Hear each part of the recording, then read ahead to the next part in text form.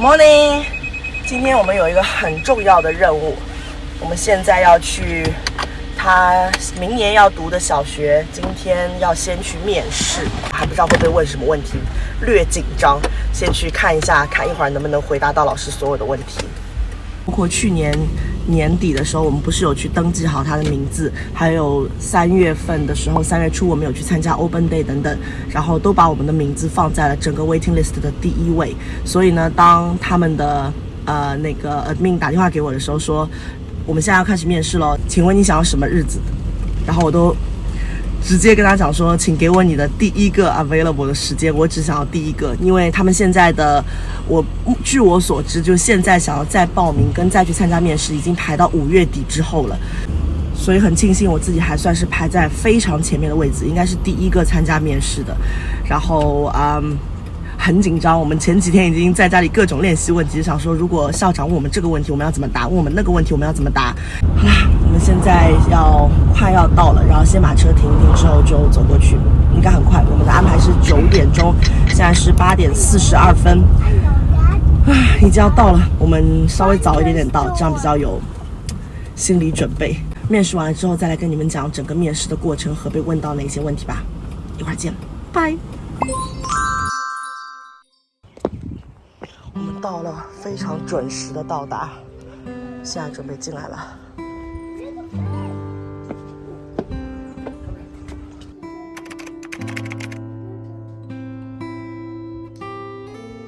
那就不用了，你就放松，你没有的话就没有好了。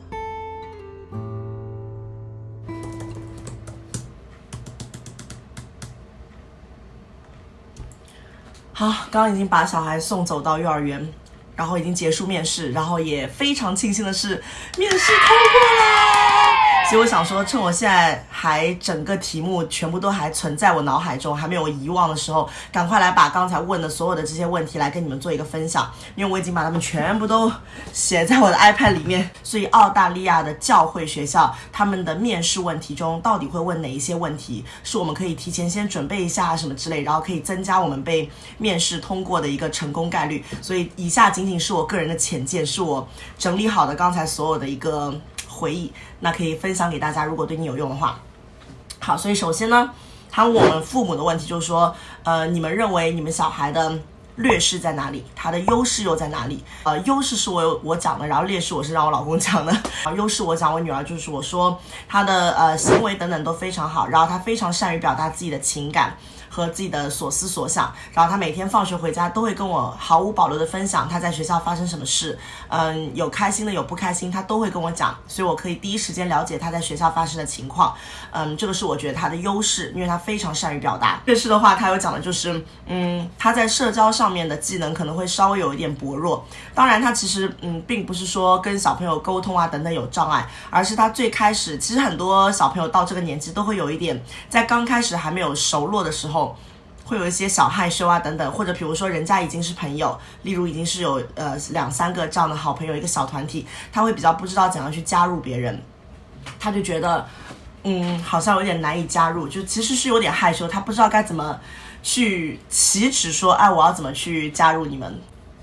第二个问题呢，就是一些常规的问题，比如说会问独立性、独立能力的问题，例如他能不能独立的上厕所啊，能不能单独独立吃饭，自己会不会打开自己的午餐盒，然后能不能独立穿脱衣服等等，然后能不能独立睡觉啊等等，这些都会问一下。然后当然还会问一下说父母的职业，因为私校还是蛮注重父母有没有相对来说可能比较稳定，或者比较并不是说一定要是收入很高很高的工作，他们并没有这种硬性要求，他们只是要看父母有没有一个相对比较稳定一些的工作，因为父母如果有稳定的工作的话，其实对小朋友来说也是一个非常正面的影响，因为他会知道说你要去很认真的工作才可以换取钱财，就才可以换得钱的这么一个基本的道理，就想要让小孩先树立一个你要有所付出才会有所得的这种一个很基础的观念，所以父母的职业他是会稍微问及一下。那同时如果讲到职业的话，他也会问到说你平时有多少时间可以陪伴小孩之类的，因为这个是直接和你的职业挂钩的嘛。所以这些呢是3个比较基本的问题。好，然后结束以上这些问家长的问题之后呢，接下来就是正式的测试，就测试小朋友的部分就开始了。在讲这个问题之前呢，我要先跟你们讲我个人的一个明显的感受，就是校长的每一个问题，他的每一个举动，他让你做的每一件事情都是有目的的，并不是没有道理叫你去这么做的。你要敏感度是非常高，你其实要知道他这个动作做出来，他后续想要一个，他期待得到一个怎么样的回馈这样子。然后所以呢，我们的安排的座位是怎么做法的呢？就是一张长桌，校长坐在这一头，然后我和我女儿坐在这边，我女儿是坐的离校长最近的一个位置，然后老公坐在最远的一个位置，也就是跟校长隔岸相望的一个位置。我为什么安排我女儿坐的离校长最近呢？第一个原因是因为我觉得坐得非常近的话，她讲话声音不需要太响，就我女儿不需要讲太响的声音，校长也可以听得很清楚她到底讲什么。第二是坐得非常近的话，她的任何一个一举一动、一颦一笑，任何一个小动作、小细节，其实校长都能够很清楚的观察到，因为很近。然后我就是要想方设法去展现他的优势嘛，所以说我觉得坐得近是一个非常好的首选，这是我个人的想法哈。然后第二就是校长非常非常看重的是自信，就是他们可能非常注重的就是 confidence， 你是不是很自信，哪怕其实你问题答对答错都不用太在意，因为有一些小朋友其实是会答错的，没有关系，他就是看你是不是能够很自信，你哪怕错也要错得很自信，因为他才会觉得你是一个有独立人格的小孩，你是一个很自信的小孩。然后校长的第一个测试问题就是给他一个盒子，里面全部都是彩色的小熊，然后说你可不可以从里面先挑选出10个小熊给我。然后我女儿就选，一边拿出来一边在那边数，她就 1 2 3 4这样拿。然后呢，我女儿是一个很偏执的人，她就全部在挑蓝色，然后就挑了很多个蓝色，她挑到第9个也是蓝色，但是盒子里已经没有蓝色了。然后呢，她就想要拿第10个，但是她就抬头看了校长说，我想要拿蓝色，但是没有蓝色了，所以我给你一个 pink 吧，凑成10个。所以我觉得这个其实反而是一个怎么讲，无意中又让校长知道说你会表达颜色，而且你知道9个的蓝色，然后有一个不够了，所以我再给你一个另外颜色。所以其实我觉得是还蛮小加分的。然后这是第一个。然后第二个呢，就是在我跟他爸爸在跟校长对谈的过程中，他已经给他很多的拼图，就是那些 phonics 的拼图，就是自然拼图。比如说他给你一个 P， 然后让你去配对 P 是不是要跟 pen 在一起，还是跟谁在一起，就一大堆这些打乱的次序的拼图，让你自己根据他们的首字母发音去配合相对应的图片。然后我女儿自己有在那边做，然后这个细节做得非常好，就是也是我为什么安排她跟校长坐得很近的原因，因为在我们聊天的过程中，她自己已经默默的把所有的首字母跟那个相对应的图片全部配对好了，所以校长就非常的就是很 impressed， 所以他有说你这么快就全部做完了吗？所以我觉得这一点好加分。然后他一边做的时候，我跟我老公两个人就在这样默默的对看，就想说好争气，今天怎么这么争气？因为平时在家做这种东西，你要真的认认真真做起来叫他去做，他其实是不会那么乖的去做的。然后今天真的很给面子，居然很配合的自己在那边默默的全部都拼完了。然后下一个问题呢，就是他会拿出各种各样的形状的一些积木，然后让他讲出形，然后我女儿也都顺利讲出来，比如说长方形、正方形、三角形、圆圈等等，他所有的形状全部都讲出来，所以 OK 过关。然后再下一个问题呢，是给他一刀就是还蛮厚的颜色卡，然后而且有一点难因为那些颜色卡的颜色里面是有分那种，比如说淡色和深色，比如说他给的颜色里面是有深蓝和浅蓝的，然后也有深粉和浅粉，就是有很多这种近似色，一个接一个的把所有的颜色都告诉我。然后我女儿也顺利通关，哇，真的超开心，因为我很怕她讲错。然后她讲到那个深蓝的时候，她先是讲了 blue， 然后但是她发现旁边原来还有一个 blue， 所以她就立刻跟校长说这个是 dark blue， 那个是 light blue。然后拿到粉红色也是，因为有一个深粉，有一个还蛮浅粉的，他就也是先讲了一个 pink 之后才发现原来还有另外一个，然后他再跟校长分说这个是 hot pink， 然后这是什么baby pink， 我不知道他怎么去分那个粉红色，就他还把粉色的那个告诉了校长，说是有2个不一样，所以校长也很满意，然后颜色这一关也过了。好，然后好，再下一个呢，就是他拿了一个卡片，一个很长的卡片，上面是打乱次序的一些随机的一些小写字母，然后他就先让你把上面的所有的小写字母先全部都读一遍，然后我女儿就一个一个一个挨个这样全部都读完。比如说问她说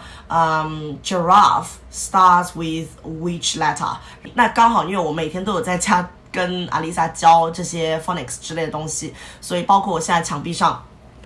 看一下，包括现在墙壁上的这一些就是 phonics 的这个小海报有放在那边。以上呢是那些学术类的问题，然后接下来就是跟小朋友的对谈，真的就是一个对话。他问的问题有哪些呢？我也都记了下来。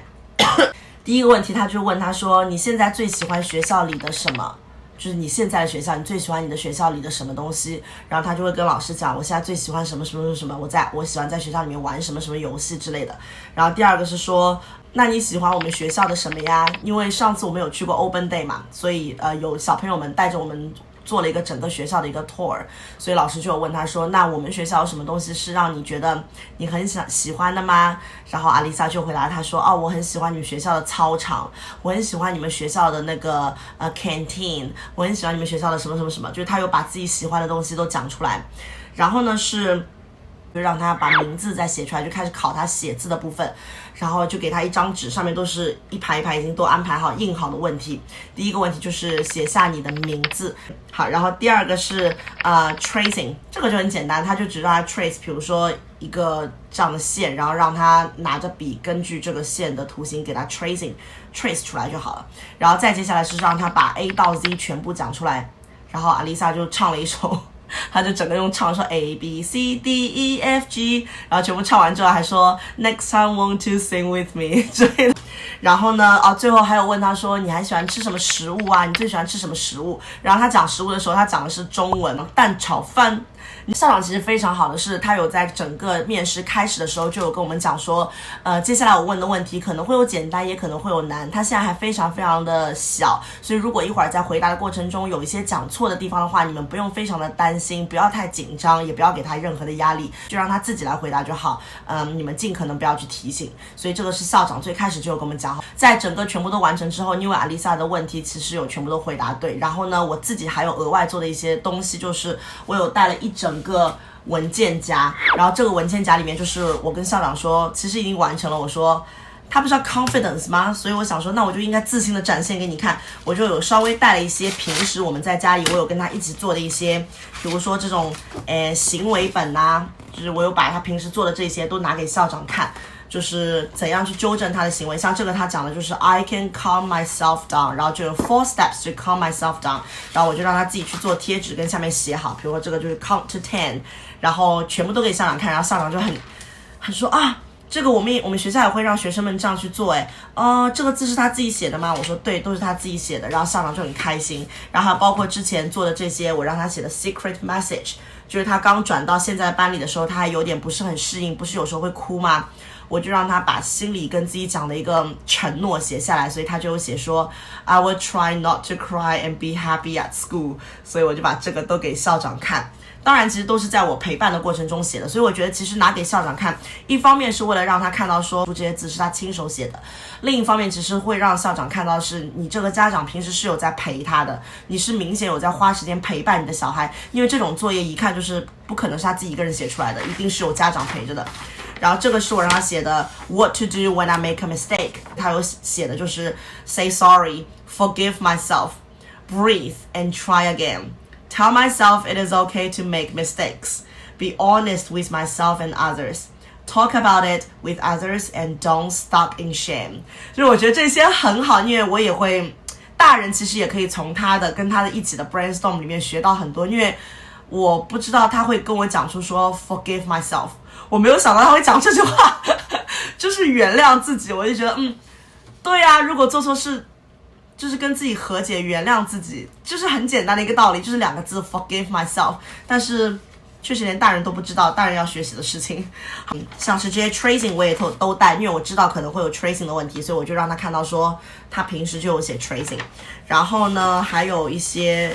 我记得有比较复杂比如说这一些就是 rainbow， 就是 Alisa's rainbow， 然后 rainbow 上写的就是比如说 my favorite color is 什么 The color of my eye is 什么 The color of my favorite flower, the color of my favorite food, the color of my shirt, the color of my hair 等等之类，就他都有写，然后下面还有贴上一张他的照片，就其实是很简单的一些在家里做的 activity， 但是可以让小孩去认可他自己吧，我觉得是一个很好的借助彩虹对自己的一个认可。然后这些我就都有拿了给校长看，因为这些 decoration 旁边画的东西，包括照片啊、颜色什么那些，就全部都是他自己弄的，所以我觉得是很好的。然后这个只是我们平时做的练习中的，真的是冰山一角，因为我不想带太多，有一种